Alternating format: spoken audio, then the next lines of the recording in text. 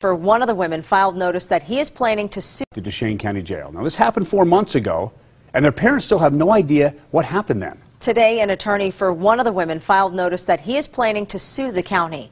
In this exclusive report, Good for Utah's Randall Carlisle has details on the parents' search for answers. Thanksgiving Day last year, 25-year-old Tana Jo Fillmore found dead in her cell at the Duchesne County Jail. I am the mom, and until you lose a child, I should have brought tissue. You don't know the pain it causes. Exactly 1 week later, 21-year-old Madison Jensen dies in the same jail. They said, "We're sorry to inform you that your daughter Madison Jody Jensen has passed away."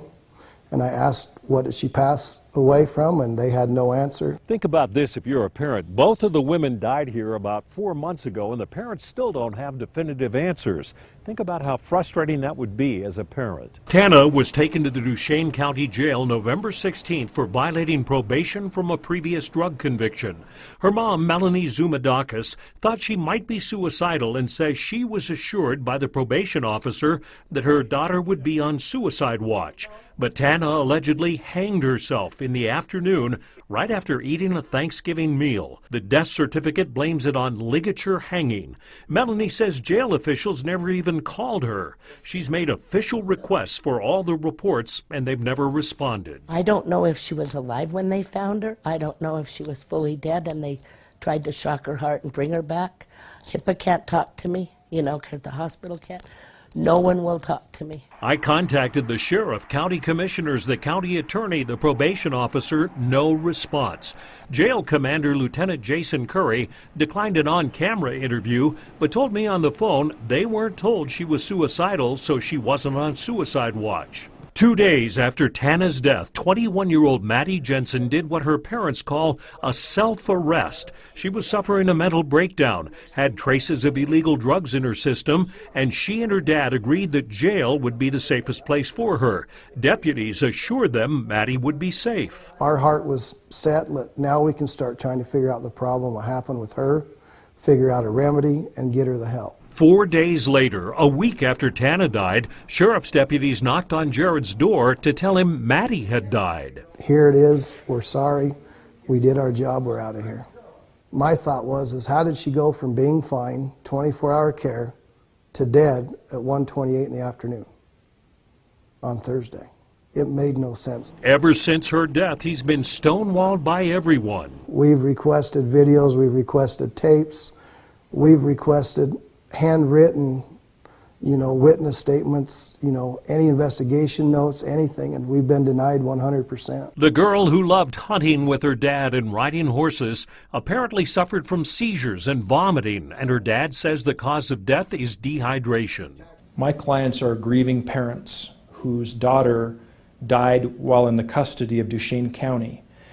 They want answers as to why she passed away. They want to know the truth. Attorney Ryan Hansey says they had no choice but to put the county on notice today that he is filing a lawsuit. Something doesn't sit right with them. They feel like there's a cover-up that's taking place, and they want to get to the truth of what happened to their daughter while she was in Duchesne County Jail. The county must have known something wasn't handled right, because Monday, before today's notice to sue, Jail Superintendent Curry told me no comment on this case because of possible pending litigation. My daughter went in there to save her own life, and she comes out deceased. There's actual pain, and I don't know. And I have nightmares at night. I don't know what happened. And nobody will tell me. The parents of 2 young women still searching for answers. Randall Carlisle, Good for Utah. We will continue to follow the parents as they search for those answers and update you when that happens. Duchesne County has 60 days to respond to the intent to sue that was filed today.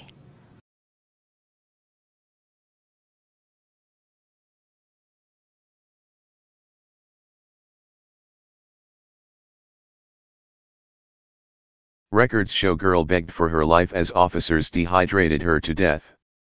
Duchesne County, UT. Madison Jensen's death could be used as an indictment on America's love affair with opioids or one of badge abuse or both. At any rate, another inmate has died while in the care of the Duchesne County Jail.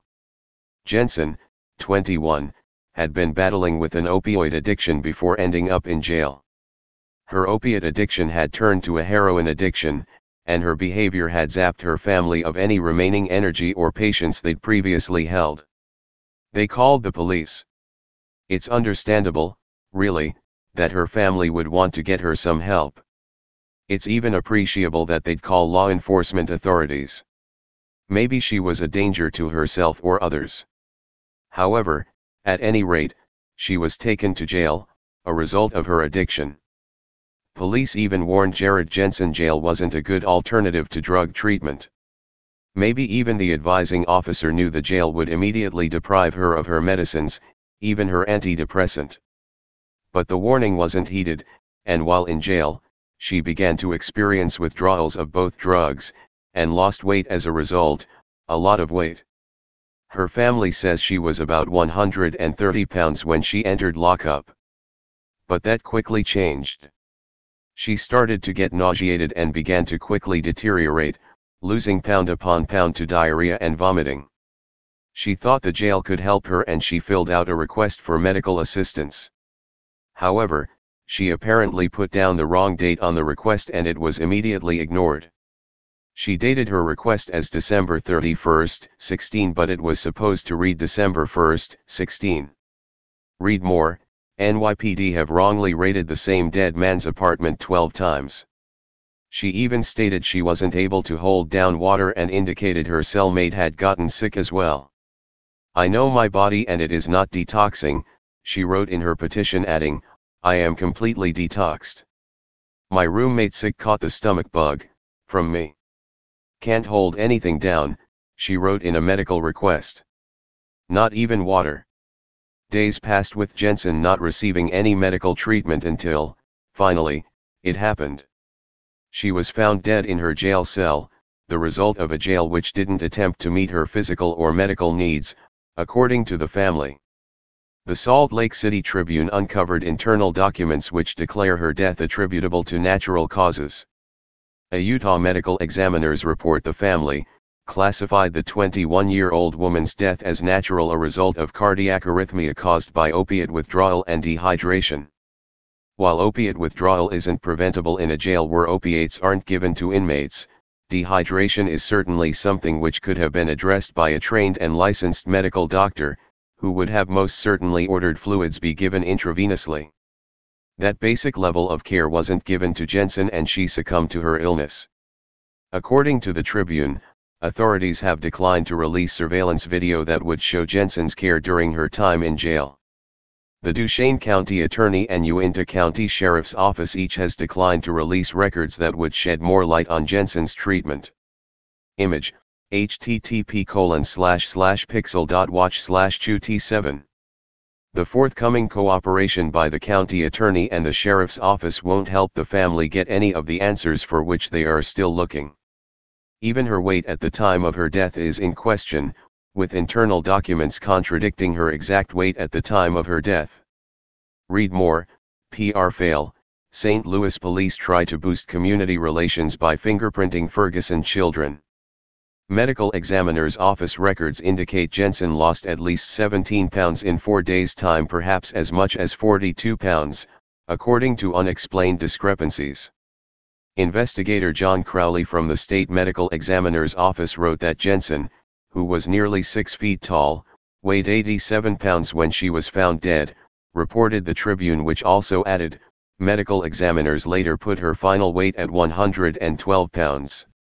As TFTP has faithfully reported, a lot of dangerous things happen to inmates while they're incarcerated. There are beatings, by both inmates and corrections officers, and there are all sorts of mistreatment, none more disturbing than our latest reports of prisoners dying from lack of water, one of the most basic responsibilities jails and prisons have to provide to all inmates. Jensen passed away on December 1, 2016 at around 1 p.m. She had been taking Wellbutrin, Klonopin, and Tramadol, but the jail was only giving her Klonopin. Her death is now being investigated as a possible crime, with charges to be brought against any irresponsible jail employee. Duchesne County Attorney Stephen Foote is reviewing the case for possible criminal charges for jail staff. He said he would release a timeline of Jensen's time in the jail, but likely would prevent the release of video that would show what happened, saying it was a matter of security, writes the Tribune. In the meantime, Jared Jensen intends to sue the county, Duchesne County Jail and staff. When she says she didn't eat or drink for 4 days and you still didn't put an 4 in her arm, you dropped the ball on her, he said. I want everyone involved with her death removed from that jail, including the sheriff and Light Jason Curry, the jail commander, so no other parent has to do this again. Hey Charlotte County, this is Charlotte County COPWATCH, and I wanted to explain what fair use is. You can use pieces of news articles if you're doing it for news reporting, you have commentary, and you're doing it for education purposes. So that's what fair use is, as you can see right here. Another reason why I wanted to make this video is to let you know I just joined with Patreon. A nice thing with Patreon, I make no money on YouTube. They took the money away years ago, and so this is another way to give, and it's a nice thing too because you can give monthly. You can give $1, $5, $10, whatever. I do 4 to 5 hours a day on trying to wake the sheeple up on how corrupt it is and different ways that you can fight the corruption. So Patreon is a way that you can do it, and then of course the old way is still there. Donate to Charlotte County COPWATCH with PayPal or credit card. So keep that in mind. 4 to 5 hours a day. I make no money, but the corruption happened to me and I'm sick of it, so I'm trying to wake people up. But my wife would love it if some, if we could get some help out there. There's 47,000 subscribers. Just think if each one of you subscribers just gave a, let's say, actually, yes, $1 a month. 47,000 subscribers gave $1 a month. That would be awesome. That's not going to happen. But anyways, that would be great if it did happen. But, do the math in your head. Just think about it. Like I said, 4 to 5 hours a day. I get no money from YouTube. YouTube has gone nuts. You can't do anything anymore. They're taking the money away everywhere. So these are a couple different ways that you can still help out with all this time that I put in. And as you know, I'm in a special situation where, at least I can do it, 4 to 5 hours a day. We have a cleaning company during the day. That's what allows me to do this, and we're debt-free. So this is my hobby. I don't go fishing and all that other crap. I try to save the world.